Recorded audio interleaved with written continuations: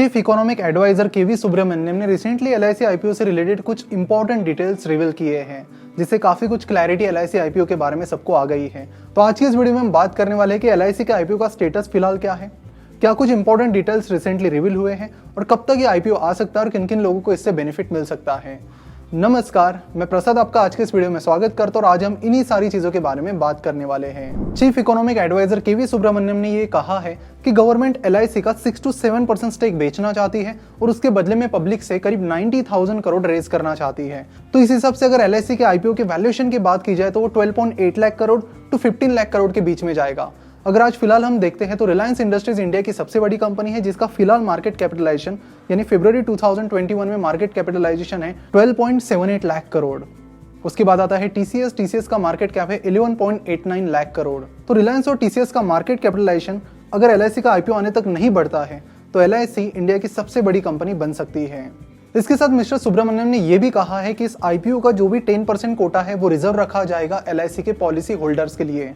तो एलआईसी के जो भी पॉलिसी होल्डर्स हैं उनको इससे डायरेक्ट बेनिफिट मिल जाएगा। Recently finance minister miss Nirmala Sitharaman ने कहा है कि एलआईसी का आईपीओ फाइनेंशियल ईयर 2022 में यानी 31 मार्च 2022 के पहले आ जाएगा। तो अब सवाल आता है कि एलआईसी के इस आईपीओ का फिलहाल स्टेटस क्या है। तो आपको बता दूं कि एलआईसी के आईपीओ का फिलहाल स्टेटस वैल्यूएशन पर चल रहा है। कंपनी का वैल्यूएशन निकालना बहुत डिफिकल्ट जा रहा है।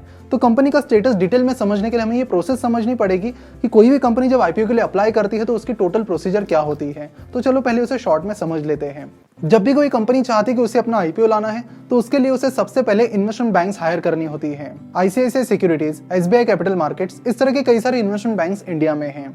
तो सबसे पहले कंपनी को इन्वेस्टमेंट बैंकर्स को हायर करना होता है। उसके बाद उनके साथ मिलकर डीआरएचपी बनानी होती है, जिसे कहते हैं ड्राफ्ट रेड हेरिंग प्रॉस्पेक्टस, और वो डीआरएचपी उन्हें सबमिट करनी होती है सेबी के पास। सेबी कैपिटल मार्केट रेगुलेटर है और सेबी के परमिशन के बिना कोई भी कंपनी अपना आईपीओ नहीं ला सकती। तो अपना आईपीओ लाने के लिए उन्हें सेबी से परमिशन लेनी होती है और उसके लिए सबसे पहले उन्हें सेबी के पास डीआरएचपी सबमिट करना होता है और वो उसे बनाते हैं इन्वेस्टमेंट बैंकर्स की मदद से। तो पहली स्टेप है इन्वेस्टमेंट बैंकर्स को हायर करो और उनकी मदद से डीआरएचपी बनवाओ। वो डीआरएचपी सेबी के पास सबमिट करो, फिर सेबी डीआरएचपी को चेक करेगी। डीआरएचपी में कंपनी की सारी इंफॉर्मेशन होती है, फाइनेंशियल इंफॉर्मेशन, मैनेजमेंट की इंफॉर्मेशन, प्रोडक्ट्स एंड सर्विसेज की इंफॉर्मेशन, कंपनी की रिस्क, रिवॉर्ड एटसेट्रा, सब कुछ। वो इंफॉर्मेशन अगर सेबी को लगता है कि हाँ सही है तो सेबी अप्रूवल देती है। अगर लगता है कि इंफॉर्मेशन सही नहीं है, कुछ और इंफॉर्मेशन चाहिए, तो सेबी वो और इंफॉर्मेशन कंपनी से मांग लेती है। और अगर कंपनी को लगता है कि कंपनी आईपीओ के लायक नहीं है तो सीधा एप्लीकेशन रिजेक्ट किया जाता है। तो जब सेबी कंपनी को अप्रूवल देता है आईपीओ के लिए तो वो डीआरएचपी कन्वर्ट होता है आरएचपी में, that is red herring prospectus में। और उसके बाद कंपनी के हाथ में होता है कि कब वो अपना आईपीओ लाना चाहती है। तो कंपनी चाहती है कि जब मार्केट अच्छा चल रहा हो तभी अपना आईपीओ लाया जाए ताकि उन्हें उस टाइम अच्छा वैल्यूएशन मिले। तो अगर एलआईसी के आईपीओ के स्टेटस की बात की जाए तो फिलहाल कंपनी ने उस पर काम करना शुरू कर दिया है और एसबीआई कैपिटल मार्केट्स को अपना इन्वेस्टमेंट बैंकर बना दिया है। साथ ही कंपनी ने डेलॉयट को बनाया है अपना फाइनेंशियल एडवाइजर और इन दोनों की मदद से कंपनी आगे की प्रोसेस कर रही है। लेकिन कंपनी को प्रॉब्लम यहाँ पर आ रही है कि वैल्यूएशन कितना रखे। अब वैल्यूएशन निकालने की कई सारी टेक्निक्स होती है। जनरली वैल्यूएशन निकालने के लिए कंपैरेटिव कंपनी एनालिसिस मेथड का इस्तेमाल किया जाता है। लेकिन यहाँ पर प्रॉब्लम से आ रही है कि जो भी बाकी इंश्योरेंस कंपनीज हैं उनका जो मेन बिजनेस है वो इंश्योरेंस प्रोडक्ट से आ रहा है। वही अगर हम एलआईसी की बात करते हैं तो एलआईसी का revenue insurance products plus saving product से भी आ रहा है। एलआईसी के पास कई सारे सेविंग प्रोडक्ट्स हैं, तो यहाँ पर कंपैरिजन करना डिफिकल्ट जा रहा है बिकॉज बाकी insurance company mainly insurance product में खेल रही है, वही LIC insurance plus saving products में खेल रही है। यहाँ पर दूसरा प्रॉब्लम ये आ रहा है कि बाकी इंश्योरेंस कंपनी जनरली अपना प्रॉफिट अपने शेयर होल्डर के साथ शेयर करते हैं, साथ ही बिजनेस एक्सपेंशन के लिए उसे इस्तेमाल करते हैं।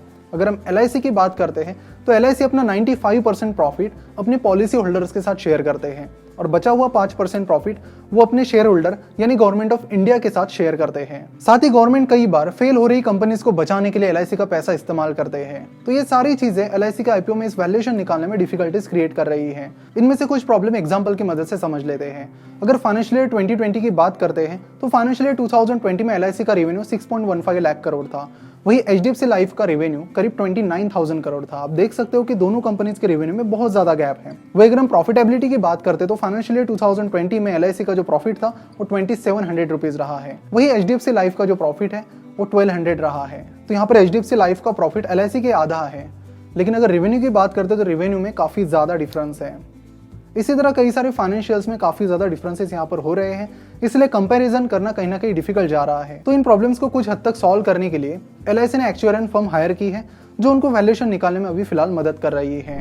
तो LIC के इस IPO के करंट स्टेटस को देखते हुए मुझे ये लग रहा है कि LIC का IPO दिवाली के करीब आ सकता है। और जैसे कि चीफ इकोनॉमिक एडवाइजर ने बताया है कि इस IPO के साइज 90,000 करोड़ के करीब रह सकती है, तो ये IPO इंडिया का सबसे बड़ा IPO कहलाएगा।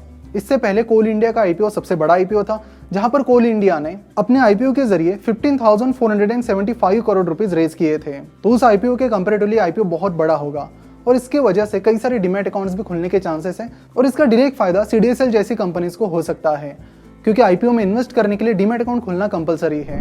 अगर आपका डीमैट अकाउंट नहीं है तो आप सिंपली ग्रो के साथ अपना डीमैट अकाउंट खोल सकते हो, जहां पर आपको अकाउंट ओपनिंग और एनुअल मेंटेनेंस चार्जेस नहीं लगेंगे।